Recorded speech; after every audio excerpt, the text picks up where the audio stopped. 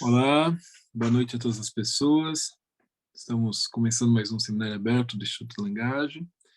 Como já é tradição, nessa quinta-feira é o Daniel Omar Pérez que se ocupa da organização dessa quinta-feira. Então, eu passo a palavra para que ele possa apresentar seus convidados e a gente poder dar início. Bom, boa noite a todas e todos. A ideia desse encontro de quinta-feira, de segunda quinta-feira de mês, a cada mês, é um pouco apresentar elementos que dizem respeito às condições epistemológicas da psicanálise, da relação da psicanálise com outras ciências, em uma linha de trabalho que é história e epistemologia da psicanálise. Então, já trabalhamos, já abordamos aqui nesses encontros um pouco a questão do método e da cura em Freud. Em outros momentos nos encontramos também com os elementos fundacionais da psicanálise. Em outra oportunidade também trabalhamos as críticas da filosofia de Deleuze e Guattari à psicanálise freudiana, lacaniana, kleiniana.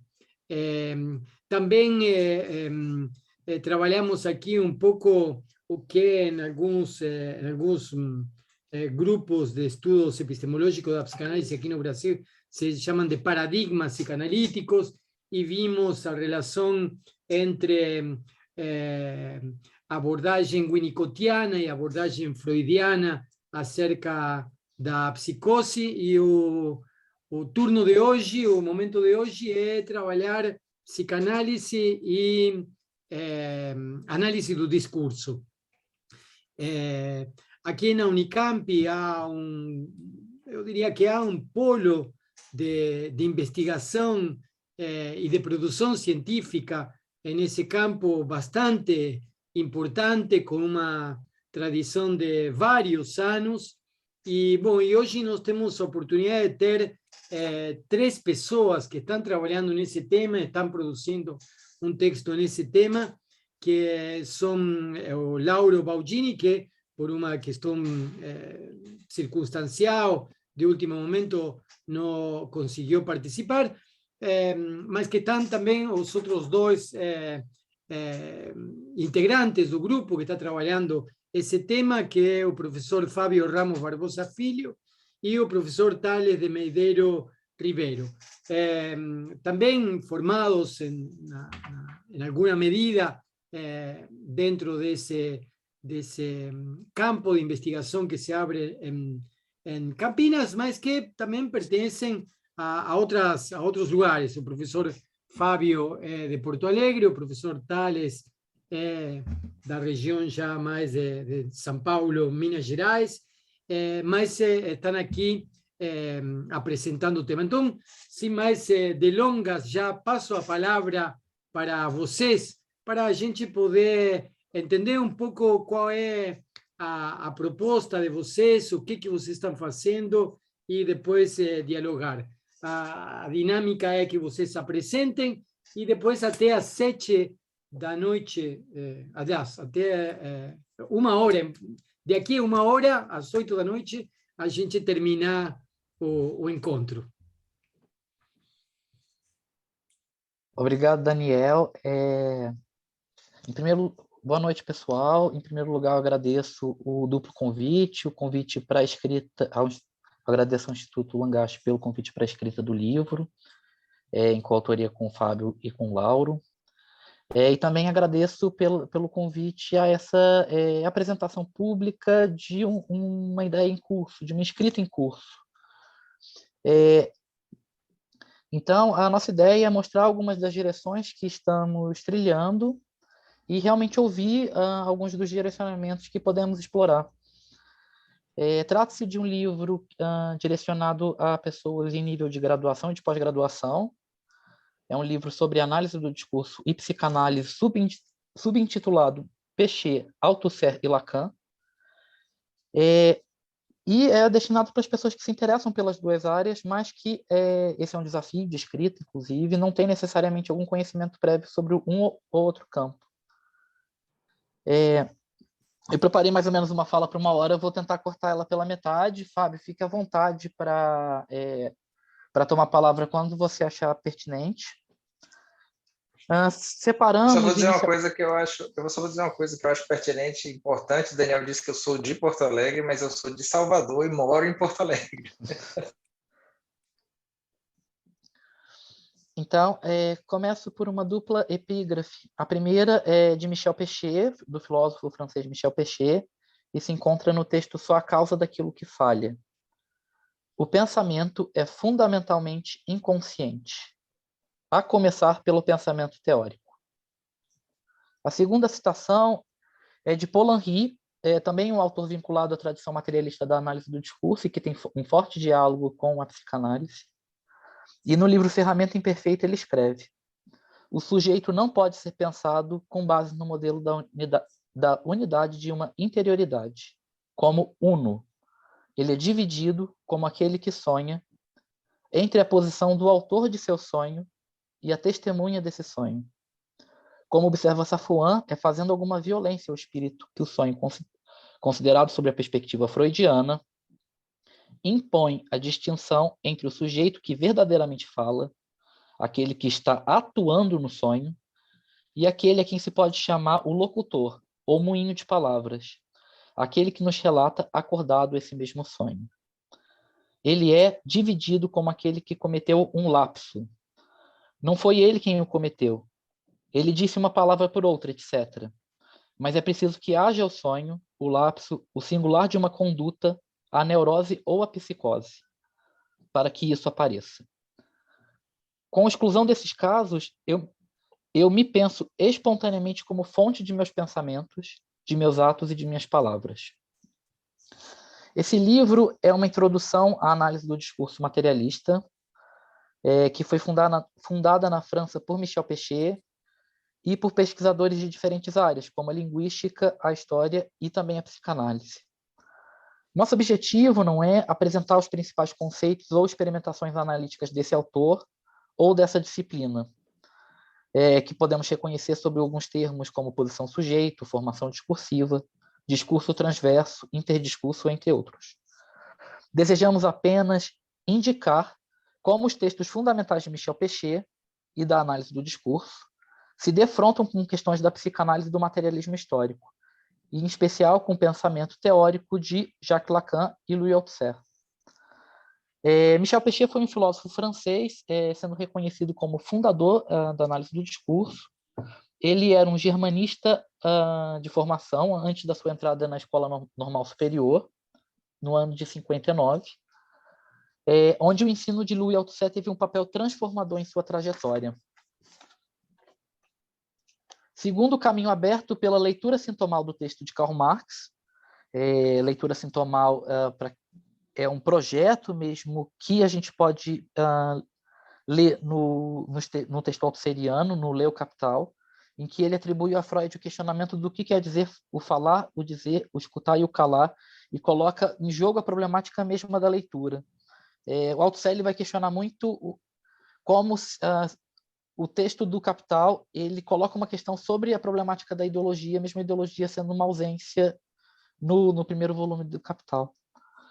Então, a partir desse caminho aberto pela leitura sintomal do texto de Marx, Pechet tomou a ideologia como uma problemática central de suas pesquisas. Bom, ele foi agregado em filosofia em 63 e licenciado em psicologia em 65. Em outubro de 66, ele iniciou suas pesquisas no laboratório de psicologia social do Robert Page. Na mesma época, ele se envolveu com a publicação de artigos no Cahiers pour l'Analyse, que era uma revista de marxismo, epistemologia e psicanálise, editado pelo Círculo de Epistemologia da Escola Normal Superior. Círculo que era formado por um pequeno grupo de alunos de Althusser, do qual Pechet foi membro. Ele publicou 2 artigos ali sob o pseudônimo, ou antes sob o nome de guerra, Thomas Eber, reflexões sobre a situação teórica das ciências sociais, e Remarque pour une théorie générale des idéologies. Nos trabalhos assinados como Thomas Gebert, Péchet destaca que toda ciência é inicialmente ciência da ideologia da qual ela se destaca, a partir de um estado conjuntural. Esse processo, em primeiro momento, ele atua, em primeiro momento, sobre as condições nas quais a ciência estabelece seu objeto e, posteriormente, sobre o processo de reprodução metódica desse objeto. Por que que eu recupero essa questão? Porque é com esse olhar, é com essa preocupação epistemológica que o Péchet ele vai ser um crítico muito incisivo ao transporte do conceito à noção, ao transporte do objeto língua da ciência linguística, às ditas linguagens da semiologia e da semiótica, da ciência linguística às ditas ciências humanas e sociais. A sua provocação se erigia tanto em referências às metodologias vigentes na psicologia social de seu tempo, quanto aos trabalhos que tomavam a linguística, a ciência particular da linguística, como uma espécie de ciência piloto das ciências humanas e sociais. O Lévi-Strauss era entre esses autores que ele produzia essa crítica. Numa contraposição à crença, ou talvez à fantasia, de que haja uma metaciência, de que haja uma ciência das ciências. Antes do ano de 68, Péchet ele teve relação com linguistas como Pouliot e Catherine Fuchs. Isso levou ele a olhar para os debates em linguística com bastante proximidade. E no ano de 69, ele vem a publicar a tese de doutorado dele, que foi concluída no terceiro círculo da Sorbonne, em psicologia social, intitulada Análise Automática do Discurso. Ela saiu na coleção Ciências do Comportamento. E a partir daí, o Péchet ele sai do campo da psicologia social estrito sensu e começa a trabalhar como investigador no Centro Nacional de Pesquisas Científicas, no CNRS, tornando-se um diretor de investigação em 75. Após a publicação do seu principal livro, do seu livro mais sistemático, que é Semântica e Discurso, ou Le Vérité de la Palisse, ele produziu um questionamento incisivo sobre a relação entre filosofia, semântica e discurso, e começou a produzir, ao lado do Paul Henry e de Michel Plon, talvez seja um nome mais familiar para quem esteja no campo da psicanálise, porque o Plon foi um dos autores, inclusive, de um dicionário da psicanálise junto com Elisabeth Rodinesco. Juntamente com Paul Henry e Michel Plon, ele fez um seminário sobre as pesquisas sobre a teoria das ideologias, que durou de 76 até 79. Ele foi um pesquisador muito importante por congregar diversas áreas do conhecimento, sem propor uma articulação entre esses campos. A ideia era reunir e ver o que saía dessas relações incômodas entre os campos, fundando, nos anos 80, um projeto coletivo chamado ADELAR, Análise do Discurso e Leitura de Arquivo. Nesse momento, a sua referência ao campo psicanalítico se torna paulatinamente mais constante, atuando de forma central em sua intervenção teórica e política até o ano de 1983, que é marcado por seu suicídio, por seu desaparecimento. A disciplina, ou antes a prática de leitura, para a gente tirar esse peso disciplinar da AD, intitulada Análise do Discurso, surgiu num cenário animado pelos acontecimentos de maio de 68 e pelas querelas intelectuais que se davam em torno dos nomes de Marx, Freud e Saussure. Retornando à obra desses três autores, a análise do discurso ocupou uma posição de combate. Então, é uma prática de leitura que ocupa um certo lugar de combate contra as ideologias dominantes na psicologia social e nos estudos da linguagem, em particular a semântica, a lógica e a linguística estrutural. Para Péchet, esse é o cerne da crítica dele, também é o cerne das nossas discussões no desenvolvimento desse livro. Tais ideologias dizem respeito, sobretudo, a uma questão específica, o estatuto do sujeito e do sentido no solo da linguagem. Em A Ferramenta Imperfeita, Paul Henry vai propor, inclusive, que o lugar atribuído ao sujeito nas teorias linguísticas comanda a posição tomada com relação ao sentido naquilo que se entende por língua. Sendo assim, a análise do discurso direciona nosso olhar para o palco das teorias linguísticas, lugar onde se confrontam certas posições materialistas e idealistas a respeito da linguagem e do simbólico.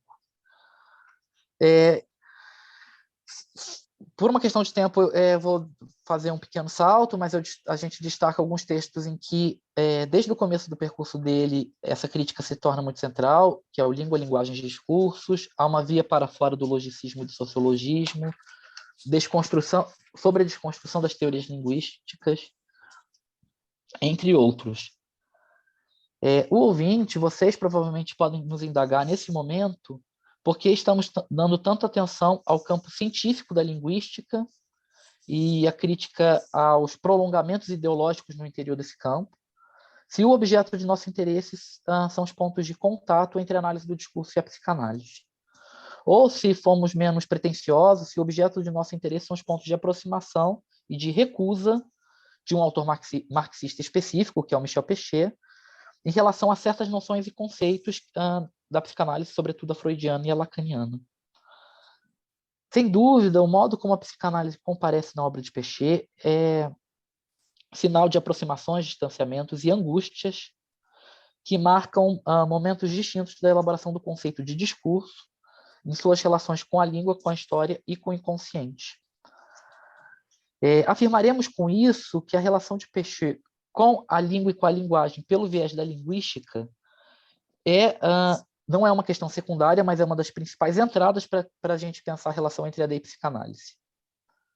A forma como Pechet vai pensar o sujeito e o sentido na teoria linguística, reitero, talvez seja a principal entrada para a gente pensar essa aproximação entre os dois campos. Dado que a novidade do trabalho do Pechet, a sua radicalidade, a novidade de sua disciplina de interpretação é desvelar, no horizonte de tal campo teórico incontornável e de suas práticas experimentais, os efeitos de uma recusa à hipótese do inconsciente e da ideologia, em tudo aquilo que nos conduz ao aparecimento da dimensão do sujeito. É muito interessante, o Pechet ele dá muita ênfase a um certo processo de recusa, ele inclusive chama de foraclusão, da dimensão do sujeito no interior do campo científico da linguística. O que a linguística precisou foracluir do interior de si mesma para que pudesse se constituir enquanto um campo científico.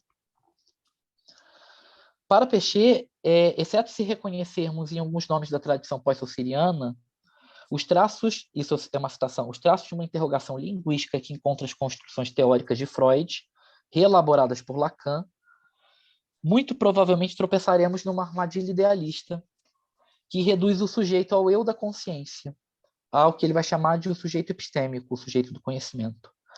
A armadilha que, com frequência, o condena a uma certa complementaridade entre o biológico, o psíquico e o social. Isso é uma linha, uma corrente muito dominante nas teorias linguísticas, de tentar pensar o sujeito como um sujeito psicológico inserido no campo da complementaridade. Aquilo que não é biológico é psíquico e aquilo que não é biológico nem psíquico é social. Contra essa redução do sujeito que Pechet vai escrever. Essa complementaridade entre o biológico, o psíquico e o social é encobridora, apagando na efígie do animal humano psicossocial e numa ideologia desenvolvimentista que ela necessariamente põe em cena, a dimensão propriamente linguageira, ou melhor dizendo, a dimensão significante do sujeito, na sua relação constitutiva com o outro, com a função e com o campo da linguagem. Para a gente pegar um exemplo concreto, o Pechet e o seu grupo escrevem uma dura crítica às concepções de linguagem que marcaram o debate entre pesquisadores filiados a Jean Piaget, de um lado, e a Noam Chomsky, de outro. O Pechet e seu grupo vão mostrando que as concepções que estavam no plano de fundo desse falso diálogo, digamos, pretendiam prender a questão da linguagem entre o campo da biologia e o espaço da lógica, numa fenomenologia psicobiológica das estratégias pragmáticas do sujeito falante. Ao mesmo tempo, elas visavam contornar a existência do simbólico e do real da língua, cito Péchet, e do imaginário onde se reconhece o sujeito. Por fim, essas concepções sobre a língua viriam a desconhecer radicalmente a existência das relações ideológicas que esse imaginário vem a investir e, a fortiori, denegar todo vínculo entre ideologia, desejo de saber e desejo do sujeito. Continua a citação. Salvo se contornarmos deliberadamente a existência do inconsciente, é hoje insustentável reduzir a um pressuposto genético da lógica, reduzir o simbólico a um pressuposto genético da lógica e da linguagem. Ele entra em uma relação específica com o real e com o imaginário, determinando a subjetividade como efeito de interpelação de que o sujeito é lugar, pelo viés da identificação. Veja como Péchet sempre coloca a questão entre o campo da psicanálise e do materialismo. Ele vai falar, determinando a subjetividade como efeito da interpelação de que o sujeito é o lugar, pelo viés da identificação. É exatamente o que se contorna quando se considera a linguagem como produto de uma atividade lógico-formal à base do psicológico, do biopsicológico. A gente pode ampliar isso pensando outros textos dele, como o texto Especificidade de uma Disciplina de Interpretação, onde ele escreve: por essas diferentes vias, a questão crucial para a análise do discurso é a do estatuto do sujeito enunciador, na fala e na escrita, na escuta e na leitura. Na medida em que se alinha entre as disciplinas de interpretação, colocando em causa a existência de um metadiscurso do sentido sob os discursos. A análise do discurso não pode se satisfazer com a concepção do sujeito cognitivo epistêmico, mestre em sua morada e estratégico em seus atos, face às coerções biosociológicas. Ele supõe a divisão do sujeito como marca de sua inscrição no campo simbólico. Não por acaso, nesse livro que eu disse ser o mais sistemático do autor, ele vai tentar, por um lado, revisar os fundamentos de sua teoria discursiva, construída anos antes, prolongando, por um lado, uma pesquisa preliminar sobre a relação entre a linguística e a semântica, ou seja, trabalhando dentro do território da linguística e de um exterior específico a ela, e, por outro, retomando as direções abertas pelos trabalhos de Althusser, sobre a interpelação ideológica, e de Jacques Lacan.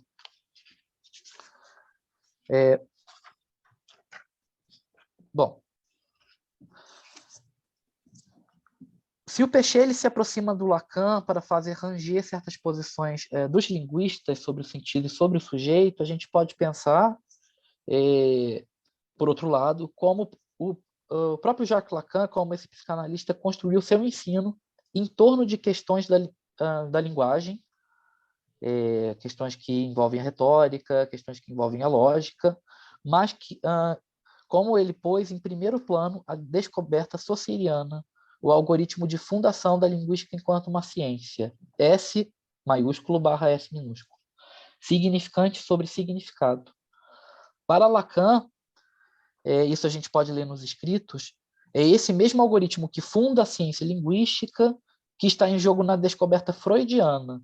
E isso não só na Traumdeutung, isso não só na interpretação dos sonhos, mas também nos dois outros livros que Freud dedica às formações do inconsciente, a psicopatologia da vida cotidiana e o xiste em sua relação com o inconsciente. O Lacan, inclusive, ele vai argumentar que esses 3 livros não parecem ser um sistema, ter um movimento de síntese, mas justamente de análise, de abertura a livres associações e a construções linguageiras. O que está em jogo nesses 3 livros de Freud são certas operações que se dão ao nível do significante, a saber, os efeitos de substituição e de combinação, que o Lacan vai remeter à metáfora e à metonímia. Em Subversão do Sujeito e Dialética do Desejo, ele escreve: Genebra, 1910.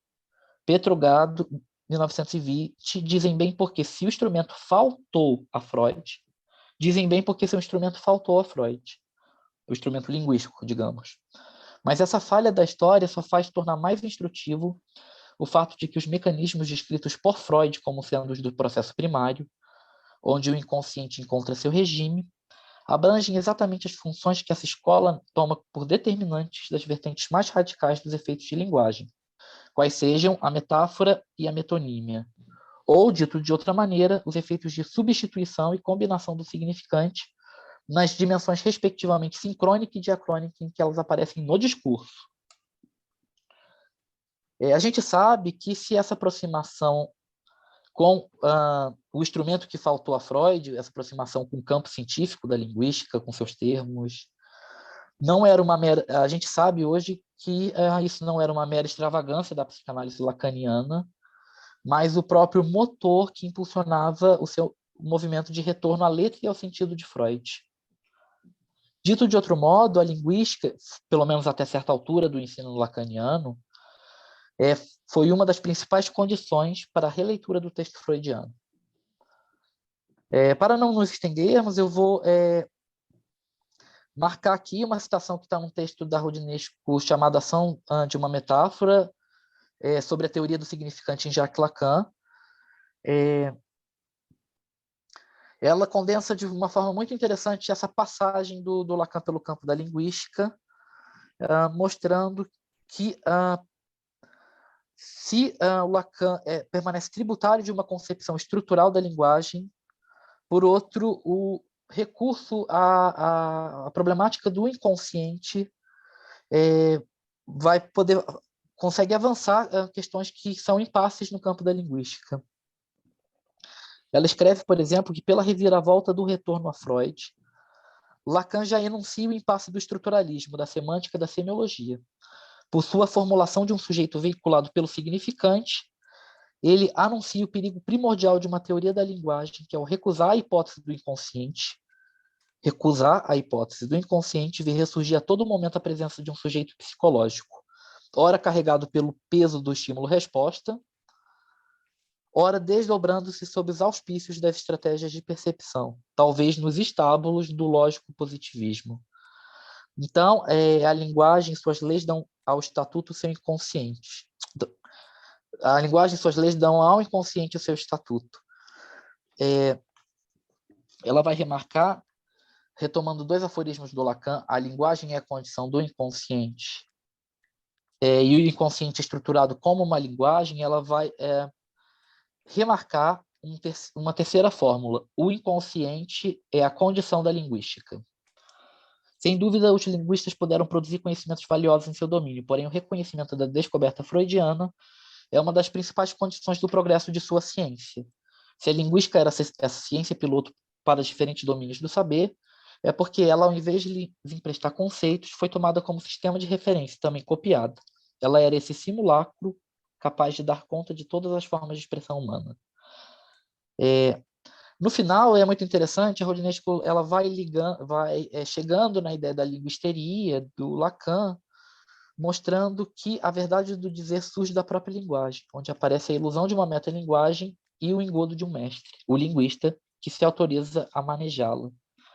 A mudança de papéis, então, que o Lacan vai produzir, designa um limiar do discurso analítico em que o inconsciente emerge do discurso histérico. Ou seja, a própria descoberta freudiana, o próprio nascimento da psicanálise enquanto um campo singular, ele foi condicionado pela estrutura de um discurso. Esse é o ponto em que a Rodinesco vai chegar. A psicanálise não entra no campo das ciências humanas, não difunde um saber ideológico sobre o homem, mas tenta subverter o saber, introduzindo nela a verdade do desejo. Eu estou em vias de conclusão disso que eu considero o coração, mesmo o cerne dos nossos escritos, essa interrogação sobre o lugar do sujeito e a crítica que o Pechet vai fazendo sobre isso na teoria linguística. Mas é muito interessante que, para Pechet, pensar o sujeito em sua dimensão significante, e podemos acrescentar enquanto uma pura posição na estrutura do discurso, não era apenas uma via para sair de uma armadilha idealista do sujeito epistêmico e do campo da complementaridade. Esse gesto de interrogar o lugar do sujeito na ciência apontava também para uma tentativa de superar certos limites supostos no interior do lugar onde ele reconhecia um corte epistemológico. O próprio curso de Linguística Geral do Ferdinand de Saussure. A descoberta saussuriana se fundava e só se tornava possível lá onde o sujeito e o sentido saíam de cena. Introduzir o sujeito desejante na pulsação entre o sentido e o não sentido era, portanto, uma forma de lutar contra a teoria da significação sustentada no paradigma do signo, por um lado, e uma forma de ultrapassar a dualidade língua-fala.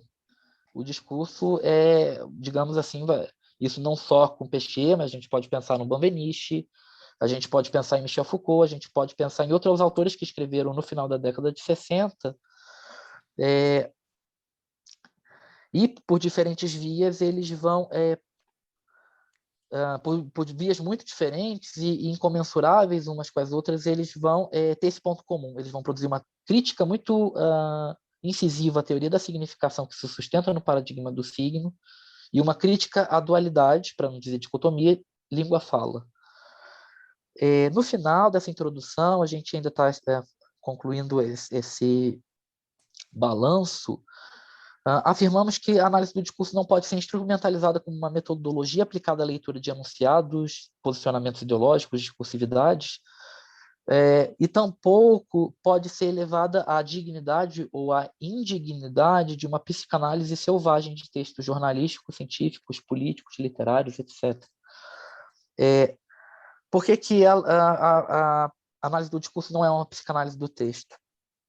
Bom, a gente pode começar pelo fato de que o sujeito enunciador, que é reivindicado por essa teoria, não é o sujeito do inconsciente. Isso porque não podemos arrancar o sujeito da estrutura que enceta seu aparecimento. A clínica, a livre associação, a escuta sob transferência. E, igualmente, não podemos desligá-lo de toda uma teoria que é condicionada a e derivada dessa experiência.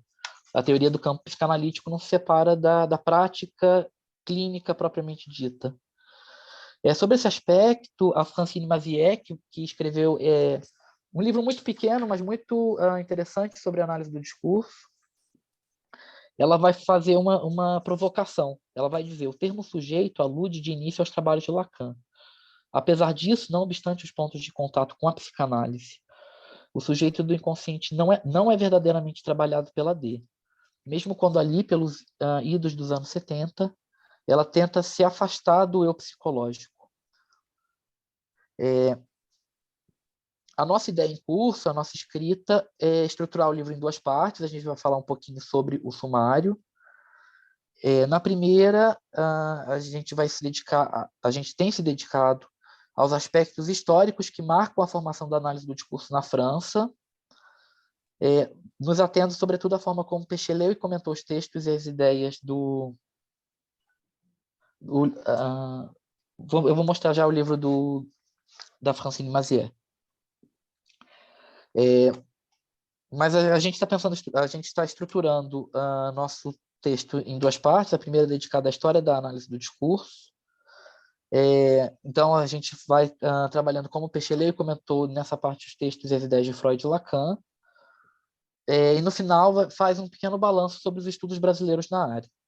Na segunda parte, a gente explora 3 redes conceituais que balizam o encontro da AD e da psicanálise em sua relação com o materialismo histórico. No primeiro lugar, uma passagem da língua ao discurso. Em segundo, a passagem do falante ao sujeito. E é muito interessante que essa passagem está na própria estrutura da escuta clínica. E no terceiro ponto, a analogia, o encontro paradoxal entre inconsciente e ideologia. Bom, eu vou mostrar o livro da Francine Mazière, é uma introdução à análise do discurso. Ele se chama Análise do Discurso, História e Práticas.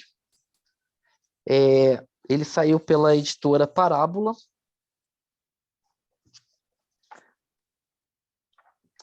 É isso. Ele saiu. Bom, como eu disse, eu preparei realmente, juntando as nossas produções, uma fala para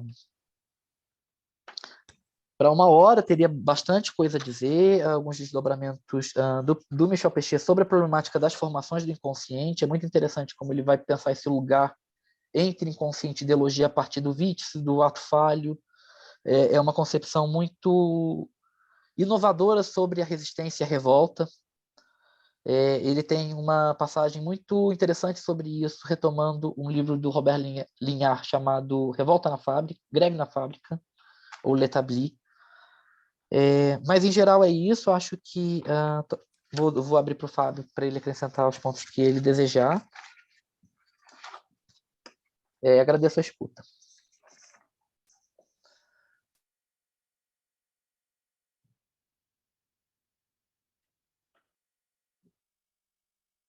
Fábio? Bom, imagino que o Fábio tenha tido um problema de conexão.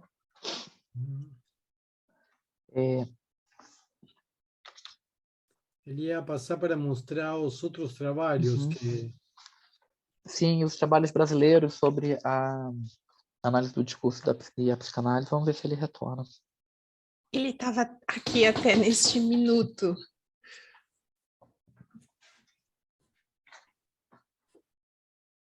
Bom, de qualquer forma, até o Fábio voltar, podemos abrir para perguntas para Tales, que de alguma forma apresentou a ideia geral do trabalho que os três estão fazendo, tanto Lauro quanto Fábio e Tales. Então está aberto para vocês. Se alguém tem alguma... A primeira pergunta natural, óbvia e naif por que avançar mais uma vez num tema entre psicanálise e análise do discurso, sendo que já há um percurso nessa área? O que poderíamos fazer que não foi feito? Perfeito. Um território muito interessante. Eu acho que ele vai apontando também para o que se produz hoje no Brasil. Essa introdução, ela realmente retoma o trajeto intelectual do Peixe e se limita ao trabalho que já foi feito anteriormente por ele, pelo grupo de pesquisadores a ele ligados. Claro que alguns pontos que ele sustenta são incontornáveis e remetem a problemáticas estruturais que, como, por exemplo, escutar a hipótese do inconsciente no campo da linguagem é uma condição para não cair numa armadilha idealista no sujeito epistêmico. É uma coisa que talvez seja até independente do tempo, digamos. Mas o que é muito interessante é pensar alguns trabalhos que se dedicam hoje a pensar a relação entre a análise do discurso e psicanálise. Eu cito, particularmente, entre eles, os trabalhos que estão pensando essa relação, esse encontro tenso e contraditório no campo do luto e do testemunho. Em especial, trabalhos que se dedicam a pensar aos memoriais, aos museus das ditaduras na América Latina, a pensar os processos e discursos sobre a morte, os discursos negacionistas. Isso é um ponto muito interessante, porque a teoria freudiana nos coloca, na sua releitura lacaniana, coloca questões muito importantes sobre a problemática da negação e das modalidades de negação. E a análise do discurso, ela produz essa escuta no campo social, a partir de materiais concretos. Então, esses trabalhos que têm orbitado sobre a temática do testemunho e do luto, por exemplo, eles fazem avançar questões que já estão no Peixe, mas em estado nascente, digamos. Recentemente, a minha supervisora na USP, juntamente com o Lauro, com o Fábio, com o Fábio Ramos, da URGS, e com a professora Amanda Scherer, publicaram um extenso volume chamado Restos de Horror, justamente para pensar esse encontro entre campos, e voltando-se a essas tensões, a essas problemáticas que nos afetam e que passaram a ocupar o centro da cena desde a pandemia. Então, talvez essa é uma entrada, Daniel. Há bastante trabalho sobre isso, que se centram nessa relação. A gente pode pensar também nos trabalhos que colocam em cena a questão da imagem, tanto no campo da análise do discurso quanto na psicanálise. Então, a gente tem uma tradição de trabalhos em AD sobre isso. Eu vou mostrar já o livro, ele não está no meu alcance, mas eu já pego, já passo as informações sobre ele. Bom, eu acho que é isso. Não sei se... Eu vou passar a palavra para as outras pessoas, mas antes vou fazer uma pergunta mal intencionada, Thales. Mas você pode relevar a pergunta. Está muito claro, e até o próprio Lacan, em seu primeiro ensino, fala de análise do discurso, não? E, bom, até onde eu consigo ouvir meus colegas do outro lado da rua, né? Eu estou do lado do IFISH, o Instituto de Estudo de Linguagem está do outro lado da rua. Por momento me parece que se referem a uma época da psicanálise que tem a ver com a lógica do significante, que tem a ver com esses recursos que Lacan utilizava, não? Conversando com Lauro, um dia Lauro me dizia, eu não sei o que a análise do discurso contribui para a psicanálise, mas posso dizer o que a psicanálise contribuiu para a análise do discurso. A minha pergunta é, e o Lacan dos anos 76, 77, 78, tem algum ponto de contato que nos poderia fazer pensar nessa relação entre psicanálise e análise do discurso?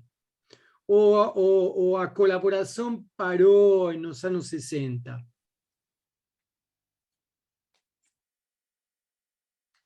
Isso é uma ótima pergunta, é uma questão que, inclusive, faz parte das inquietações atuais do laboratório que eu participo, do ELADES, sobre a relação entre lógica e discurso. Bom, Daniel, acho que é uma pergunta muito difícil de responder, e acho que no texto do Péchet, para ficarmos limitados a esse autor, as citações ao Lacan, elas ficam limitadas à década de 60 e a fragmentos da de 70, o começo da elaboração dele sobre apenas assim, o Péchet ele fala muito pouco da teoria dos quatro discursos, e a menção que ele faz à teoria dos quatro discursos, se a gente pode pensar isso para pensar o final dos anos 60, a crítica que ele faz, eu até guardei aqui perto de mim, é que a teoria dos quatro discursos é uma repetição ideológica do trajeto em círculo. Ele fala que é uma circularidade na qual uma certa concepção da dialética hegeliana vem a enxertar, desembocando na descoberta de que a revolução é impossível. Ou seja, um dos raros momentos em que ele marca a teoria dos quatro discursos, que ele se refere explicitamente à teoria dos quatro discursos, para fazer uma crítica de uma circularidade na qual não teria caminho possível para a revolução. Acusa a Lacan de hegeliano no seminário 17. É uma coragem e tanto. Ele não acusa Lacan de idealismo, mas ele faz um certo uso filosófico e político que se faz dos quatro discursos. Ele tem essa modalização. Mas, de toda forma, é muito interessante tensionar que o projeto do Péchet é um projeto que foi radicalmente interrompido pelo suicídio do autor e que deixou muitas notas de rodapé, muitos pontos a serem desdobrados. Por exemplo, eu penso num trabalho recente que uma orientanda do Lauro Baldini defendeu no Unicamp, chamado Ensaio sobre Cinismo. E no Ensaio sobre Cinismo, ela analisa os discursos de 2013, as apropriações performativas, inclusive, de certos lemas da esquerda pela extrema-direita nas jornadas de junho de 2013. Então, ela encontra pontos pontos de contato, pontos de aproximação e de ¿La trabalho. tesis de Amanda esa? Não, é a tese da Patrícia Diniz. A Amanda também vai bastante nessa direção. Acho que a Amanda e a Patrícia têm um trabalho muito interessante sobre o cinismo, que explora justamente esse ponto, digamos, esse ponto cego que o Péchet não exploraria, não abriria margem a explorar. Então, é muito interessante a gente sempre tensionar, se a gente está falando nesse autor e no impacto que ele tem sobre nós, nos pontos que ele conseguiu efetivamente olhar e naqueles que ele deixou em aberto. Mas o que eu acho muito interessante também é que ele tem certamente uma referência explícita aos escritos e uma referência ao Seminário 11. Então, a gente estava falando sobre a tese da Nina Leite, que virou livro, sobre estrutura ou acontecimento. O Fábio avisou que está sem luz e caiu.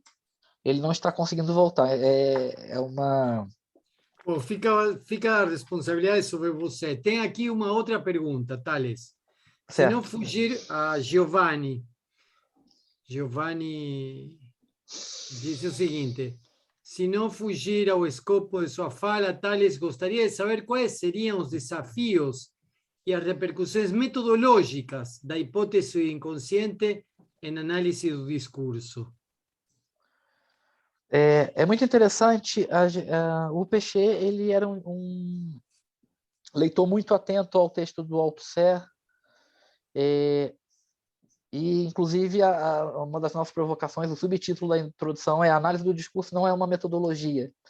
O Althusser, ele pensa no segundo volume do Leu Capital, intitulado O Objeto do Capital, é uma reflexão epistemológica, que colocar os termos em termos metodológicos seria uma forma de encobrir certos impasses teóricos. Então, a perspectiva de escutar à risca a hipótese do inconsciente talvez tenha uma consequência que não seja operacional, instrumental, mas que se refira, sobretudo, digamos, ao estatuto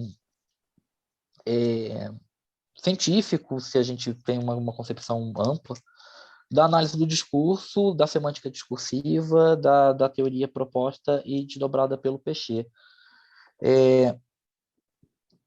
De fato, é como pensar metáfora e metonímia no interior da psicanálise. São formas de pensar as leis significantes, mas é muito difícil trazer isso para uma certa relação de aplicação. É muito boa essa pergunta, acho que ela não foge nem um pouco do escopo do trabalho. Eu acho que, no fundo, é isso que está em questão. A análise do discurso não é uma metodologia. A escuta do sujeito na teoria, a escuta da pulsação entre sentido e não sentido no campo da teoria linguística não tem um valor necessariamente instrumental que possa ser reproduzido em materiais empíricos, e não é isso que a análise do discurso pensa. Por outro lado, a análise do discurso não é uma psicanálise do texto. Ela não é uma forma, por exemplo, de leitura de ato falhos, Witts, são considerações sobre a revolta, a resistência e a revolução que o Péchet faz, mas a gente não seria uma psicanálise selvagem, se fosse o caso. Mas eu pensando aí na pergunta do Daniel, que ele faz para você agora há pouco, acho que na sua fala e na proposta estrutural da segunda parte do livro de vocês, acho que é importante a gente pensar, a gente trabalha também, discute bastante no Instituto o análise do discurso, principalmente via ENI, via o próprio Péchet. Quando o Daniel fala dos primeiros textos lá que o Lacan faz referência ao análise do discurso, é bom ficar claro que não é o Péchet, tá? Não está fazendo nenhuma referência ao Péchet. Ele é uma concepção de análise do discurso assim, bem senso comum quase do Lacan. né? Porque ele está fazendo uma crítica à psicanálise inglesa, naquele momento ali. Ele está falando de duas formas de pensar e que ele nomeia como análise de discurso, nem nomeia, porque aquilo ali é nomeação, inclusive, do Jacques Lamillard, né? No seminário não tem aquele título, né? Esse título é dado pelo Jacques Lamillard. Ele não falou assim, vou falar de análise de discurso, né? Então, a gente tem que tomar cuidado com isso, com essas organizações que foram feitas pelo Miller, para a gente não cair em alguns engodos. E esse é um engodo muito comum quando se fala em análise de discurso. Nossa, mas aqui é análise de discurso que o Lacan está falando. Não, ele não está falando de análise de discurso. Não é essa do Péchet. E eu acho que a produção do Péchet ela é muito concomitante a esse final da obra do Lacan. Então, os textos do Péchet coincidem também com a morte publicação já está sendo feita no momento em que o Lacan também está no final ali, muito adoecido, não? E eu acho que essa relação, quando você faz essas análises, eu acho que essa relação entre a análise do discurso do Péchet e a psicanálise lacaniana, apesar do Péchet se fundamentar na psicanálise lacaniana, no campo da psicanálise, eu acho que é um trabalho a ser feito. Acho que é um trabalho a ser feito. Não é um trabalho que está pronto no Lacan. A gente não vai encontrar o Lacan falando do Péchet, dizendo, olha aqui, análise de discurso. Não tem isso lá. Né? Mas isso é o que a gente pode fazer. Acho que esse é o trabalho de pensar, inclusive na clínica, quais são os efeitos da análise de discurso para o trabalho analítico. Né?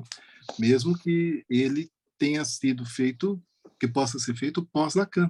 Acho que esse é um trabalho pós-lacaniano, pós-momento da morte do Lacan. Acho que esse é a contribuição e o vigor que o trabalho de vocês pode trazer para o campo psicanalítico. Né? Destacar e apresentar essas contribuições possíveis para a psicanálise, já que a contribuição da psicanálise para a linguística está bem, para a análise do discurso está bem marcada. Acho que isso... Aqui a Daniela está falando algo que talvez me parece que pode ir nesse sentido, diz se análise do discurso não é uma metodologia, né, como apresentou Tales, será que podemos pensar a pesquisa como entrevistas, com entrevistas que bebam a fonte da análise do discurso? Sim, sim, eu vou responder essa pergunta. Acho que ela tem bastante, dá para responder, tem bastantes entradas, dá para ter uma resposta bem legal nesse sentido, porque é um trabalho possível com a entrevista. Mas antes eu vou só aproveitar a oportunidade para acentuar que o Péchet ele tem um debate sobre a língua muito extenso, num livro chamado A Língua Inatingível, que foi escrito junto com Françoise Gadet. A primeira parte do livro é sobre Lalangue, é sobre esse neologismo lacaniano que aparece no Seminário 19, na época do Seminário 19. E para falar da questão do discurso, o Análise Psicanalítica do Discurso, que é um livro do Christian Dunker, do Guillermo Milan Ramos e da Clarice Paulon, eles situam dois momentos do Lacan, um lá para os anos 50, em que ele vai pensar os termos da comunicação, mensagem, código, e o grafo do desejo é digamos, o acabamento dessa primeira teoria do discurso do Lacan. O discurso ali tem um certo direcionamento, um certo alinhamento com a ideia da cadeia significante. O discurso ele passa a ser algo muito mais próximo do que o Péchet está pensando lá, realmente, quando está saindo do seminário do ato analítico, tem a interrupção do ato analítico, e ele começa o seminário 16 falando com o seguinte escrito, olha que interessante. A essência da teoria psicanalítica é um discurso sem fala. Não, a tradução sem palavras talvez não seja a que eu adotaria. Le sens de la théorie psychanalytique est un discours sans parole. O termo é parole. E a função de um discurso especificado como sem fala seria aquilo que não designa nada além de um discurso que suporta a escrita. Aqui, o Lacan, ele está... isso um ano antes do avesso da psicanálise, isso um ano antes dele escrever os 4 discursos, ele está colocando em cena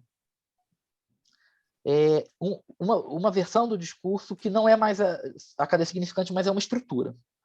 Aham. Isso a gente tem um elemento para aproximar, mesmo que seja para as zonas litorâneas entre essas duas teorias.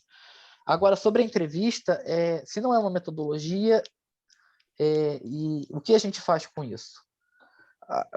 Muitas coisas. A gente pode, por exemplo, pensar nas relações na posição entrevistador e na posição do entrevistado, ou seja, posições sujeitos que aparecem na entrevista.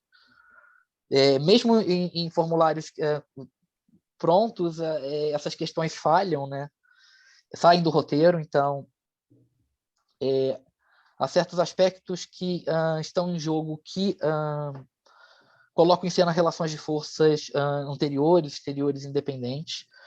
Há todo um trabalho que o Jacques Guillemot vai fazendo sobre a questão da entrevista, justamente nesse sentido de sair da enquete sociológica e pensar a entrevista como uma relação entre posições, inclusive entre posições dominadas, no caso do trabalho do Jacques Guillemot.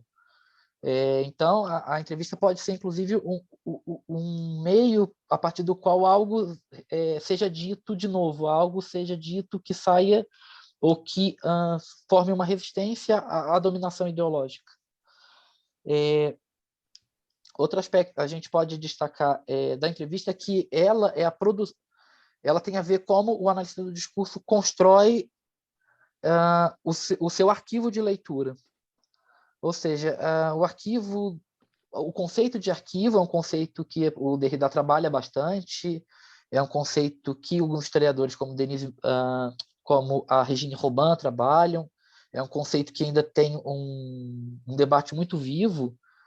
Ele é fundamental para o Michel Pechet e para o seu grupo, porque eles permitem justamente trabalhar não como uma metodologia, mas os processos de montagem a partir de certas regularidades. Então, por exemplo, isso abre espaço para que eu produza um material.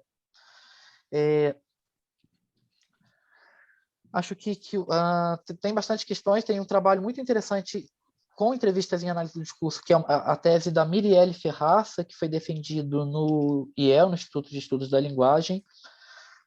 Ela trabalha principalmente com o bairro do Jardim Tatinga, com as prostitutas do Jardim Tatinga, e ela foi fazer essas entrevistas, depois de passar por todo o comitê de ética, né? A gente sabe que há questões políticas, científicas, etc., e não conseguiu nenhum entrevistado. Então, o que ela foi entrevistando foi o entorno.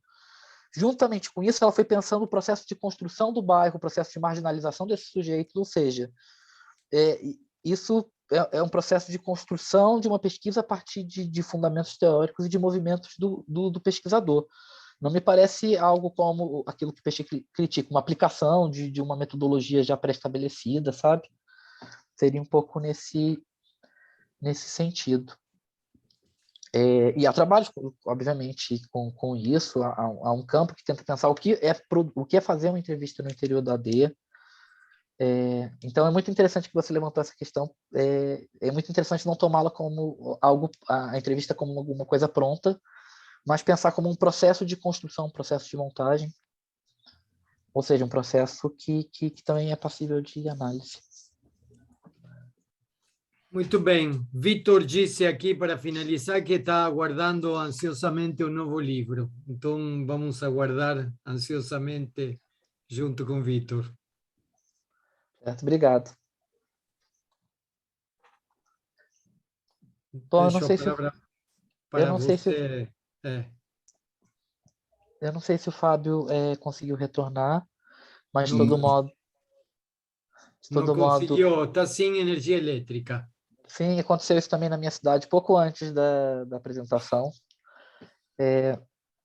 Bom, então, em nome dele e do Lauro, eu agradeço muito a escuta de vocês, eu agradeço muito o convite do Instituto Langage.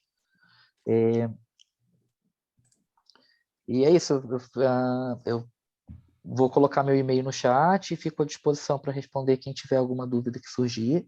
Eu não consegui acompanhar tudo que foi escrito no chat, mas me coloco à disposição para responder também qualquer dúvida ou qualquer questão que ficar. Muito bem. O que eu queria dizer é que em julho vamos tirar férias, que aqui é férias, e lá também, em julho aqui é férias. também. Bem, né? É. Então vamos tirar férias aí. Eu vou voltar para a Argentina depois de muitos anos que não volto para lá. Então, só vamos nos ver em agosto, Ótimo. no seminário. Muito bem. Então, nos vemos em agosto no seminário. Até a próxima. Prazer, Thales. Muito Foi obrigado, meu, Thales. obrigado. Tchau, tchau. Tchau, Até a tchau. próxima.